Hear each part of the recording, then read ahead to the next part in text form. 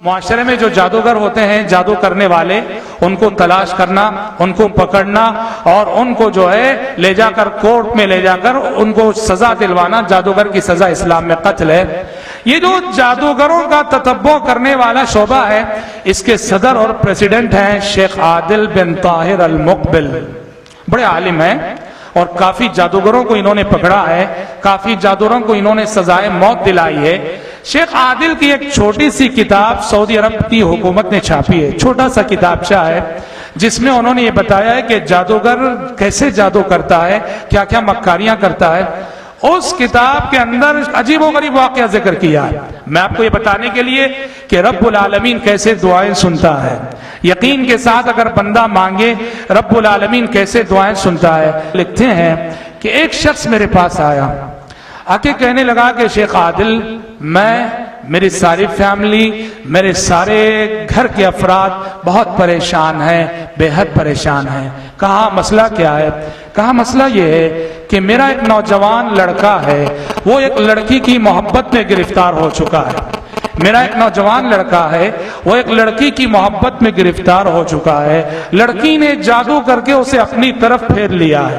اب صورتحال یہ ہے، اسے نہ کھانے پینے کی فکر ہے، نہ پڑھنے لکھنے کی فکر ہے، نہ بزنس و کاروبار کی فکر ہے، نہ ہی راتوں میں سوتا ہے، ہمیشہ اسی لڑکی کے خیال میں، اسی لڑکی کی جستجو میں، اس کی گلی سے گزرنا، اس کے گھر کے سامنے جا کر بیٹھنا۔ ہر طرح سے ہم سمجھا کے دیکھ لیے، ڈرا کے دیکھ لیے، پر وہ بچہ جو ہے سدھر نہیں رہا ہے۔ آپ میرے اس مسئلے کا حل بتائیے۔ شیخ عادل کہتے ہیں میں نے اس سے کہا کہ دیکھو، تمہاری اس مشکل اور تمہاری اس مصیبت کے دو علاج میں بتاتا ہوں، اور یقین کے ساتھ اس پہ عمل کرنا۔ تو کہا سب سے پہلا علاج یہ ہے کہ تم بھی اور تمہارے گھر کے سارے فیملی ممبرز کثرت سے اللہ تعالیٰ سے استغفار کریں، کثرت سے استغفار کریں۔ اللہم اغفر لی، اللہم اغفر لی، یا استغفر اللہ کثرت سے پڑھیں، سینکڑوں بار، ہزاروں بار۔ بھائیو، آپ کو معلوم ہونا چاہیے یہ جو استغفار ہے، استغفار کے ثمرات، استغفار کی برکتیں بہت ہیں، ایک مستقل موضوع ہے۔ شیخ عادل نے کہا کہ تمہارے مسئلے کا سب سے پہلا حل یہ ہے کثرت سے استغفار کرو، اور انہوں نے کہا دوسرا حل یہ ہے تمہارے مسئلے کا کہ تہجد کے وقت جاگنا، تہجد کے وقت جاگ کر وضو کرو، اور وضو کر کے اللہ تبارک و تعالیٰ سے گڑ گڑا کر مانگنا اور دعائیں کرنا۔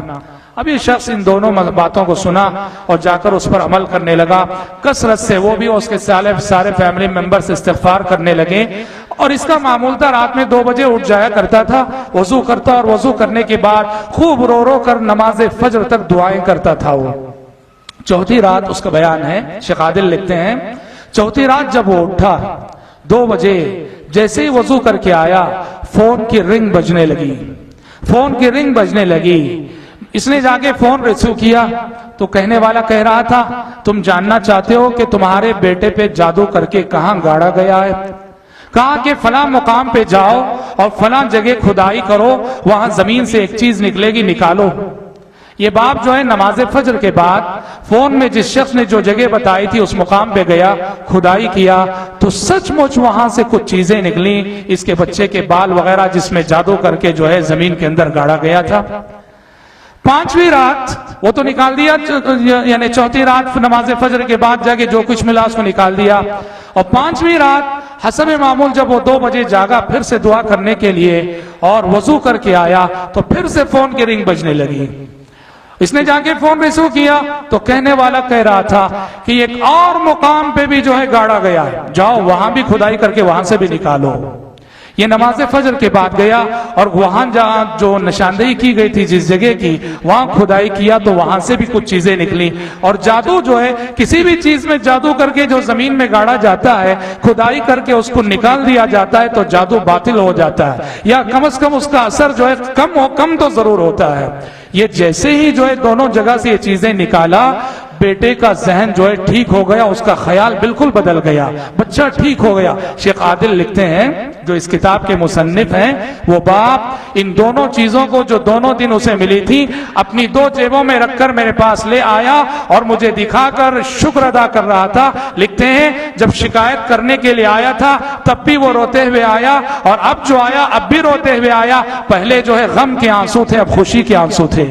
شیخ عادل لکھتے ہیں اس واقعے کو ذکر کرنے کے بعد کہ وہ کون تھا جس نے کہ فون کیا، وہ کون تھا جس نے کہ فون کیا، فون کرنے والا کون تھا، فون کر کے کس نے خبر دی، فون کر کے کس نے بتایا؟ اس کے جواب میں وہ قرآن کی ایک آیت لکھ کے آگے بڑھ جاتے ہیں، وَمَا يَعْلَمُ جُنُودَ رَبِّكَ إِلَّا هُوَ، تمہارے رب کے لشکروں کو تمہارے رب کے سوا کوئی نہیں جانتا، تمہارے رب کی فوجوں کو تمہارے رب کے سوا کوئی نہیں جانتا۔ حضرات گرامی، میں یہ واقعہ ایسے بیان کر رہا ہوں، مستند واقعہ ہے، واقعے کے لکھنے والے صحیح العقیدہ جید عالم ہیں اور سعودی عرب کے کبار علماء میں سے ہیں، اور جن پر سعودی عرب کے بڑے علماء نے اعتماد کر کے جادوگروں کا تتبع کرنے والی کمیٹی کا پریزیڈنٹ اور صدر مقرر کیا ہے، انہوں نے یہ واقعہ لکھا ہے۔ حضرات گرامی، کہنا یہ ہے کہ کون سا ایسا مسئلہ ہے، زندگی کی کون سی ایسی الجھن ہے جو دعا سے حل نہ ہو، زندگی کا کون سا ایسا ٹینشن ہے جو دعا سے حل نہ ہو۔ حضرات گرامی، میرا اور آپ کا مسئلہ یہ ہے، ہماری دعاؤں میں یقین کی کیفیت نہیں ہے، ہماری دعائیں یقین کی کیفیت سے محروم ہیں۔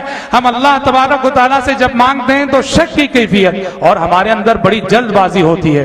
تو حضرات گرامی، تنہائیوں میں، تاریکیوں میں تضرع کے ساتھ اور گڑ گڑا کر اللہ تعالیٰ سے مانگا جائے، یہ دعائیں ضرور قبول ہوتی ہیں۔ سبسکرائب کیجئے ہمارے چینل اور دبائیے بیل کا آئیکن تاکہ آپ کو ریگولر نوٹیفیکیشن اپڈیٹس مل سکے۔